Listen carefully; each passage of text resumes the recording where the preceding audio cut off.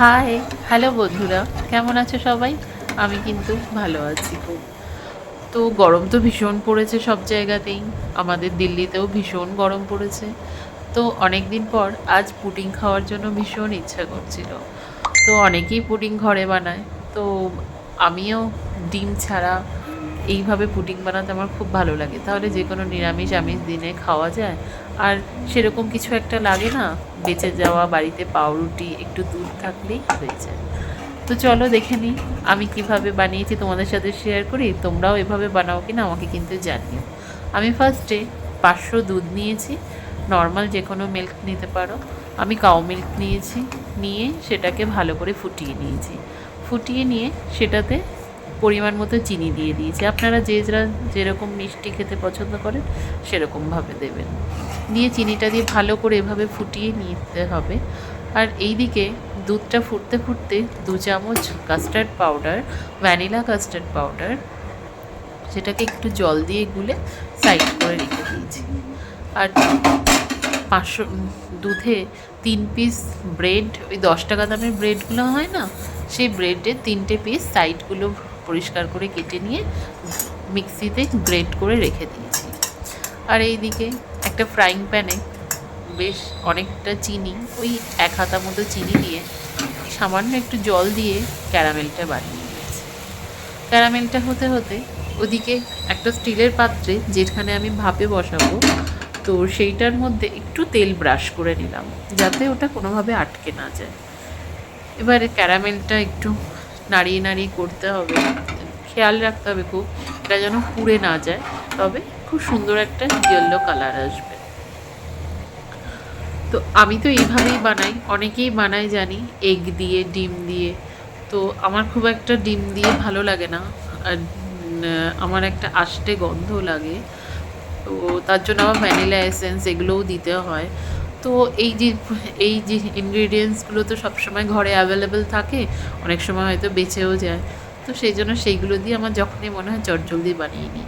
আর সবসময় আইসক্রিম একঘেয়ে খেতে খেতে একদম ভালো লাগে না আমার।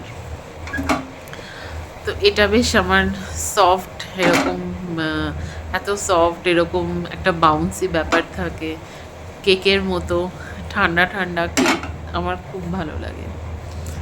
তো এইভাবে ক্যারামেলটাকে আস্তে আস্তে এরকমভাবে বানিয়ে নিতে হবে। ক্যারামেলটা বানানো খুব ইজি, কিন্তু একটু যদি ছেড়ে দেওয়া যায় তাহলে কিন্তু এটা পুরো পুড়ে যায়। সেই জন্য এটাতে একদম সামনেই থাকতে হয়, আর এটা হতে একটু সময় লাগে। এই যে দেখতেই পাচ্ছ, এটা ইয়েলো কালার এসে গেছে, হয়ে গেছে। এবারে ওই বাটিটায় যেটায় আমি তেল ব্রাশ করে রেখেছিলাম সেটাতে সঙ্গে সঙ্গে এটাকে ঢেলে দিলাম। ঢেলে দিলে এটা এবার ঠান্ডা হয়ে যাবে, ঢালার কিছুক্ষণের মধ্যেই ঠান্ডা হয়ে যায়। এবার দুধটাও ফুটে গেছে, চিনিটা গলে গেছে। এবার ওই কাস্টার্ড পাউডারটা আমি গুলিয়ে রেখেছিলাম, ওটাকে দিয়ে সঙ্গে সঙ্গে নাড়তে হবে, না হলে লাম্প হয়ে যায়, আর লাম্প হয়ে গেলে খুব অসুবিধা হয়। এবার ওটাকে ভালো করে মিশিয়ে নিয়ে গ্যাসটা কিন্তু একদম কমিয়ে দিতে হবে, নয়তো তলা লেগে যাবে। আর কন্টিনিউয়াসলি নাড়তে হবে। এবার এই মিক্সিতে যে গ্রাইন্ড করে রেখেছি পাউরুটি দুটো 3 পিস, ওটাকে এর মধ্যে দিয়ে ভালো করে নাড়তে হবে। এই সময় গ্যাসটা একদম কমিয়েই থাকবে।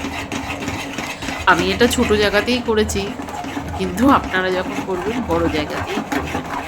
তো এইভাবে এটাকে ভালো করে হয়ে গেছে মেশানো। এবার এটাকে সঙ্গে সঙ্গে গরম অবস্থাতেই বাটিটার মধ্যে ঢেলে দিয়ে একটু নাড়িয়ে ড্যাব ড্যাব করে দিচ্ছি, যাতে ভেতরে যদি কোথাও ফাঁকা থাকে সেখানে যাতে ভালোভাবে সেট হয়ে যায়। এবার টিফিন বক্সটা, যে কোনো টিফিন বক্স নিতে পারেন, কিন্তু এটা শিওর রাখবেন যে মুখটা যেন ভালো করে আটকে থাকে, কোনো ভাপ বেরিয়ে যাওয়ার যেন ব্যাপার না থাকে। এবার একটা পাত্রে যেখানে জল গরম করে সেটার মধ্যে দিয়েছি।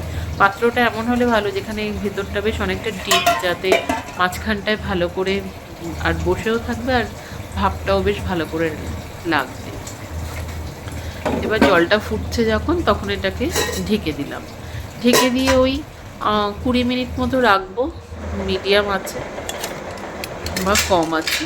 20 মিনিটস রাখার পরে এটাকে রুম টেম্পারেচারে নিয়ে আসবো।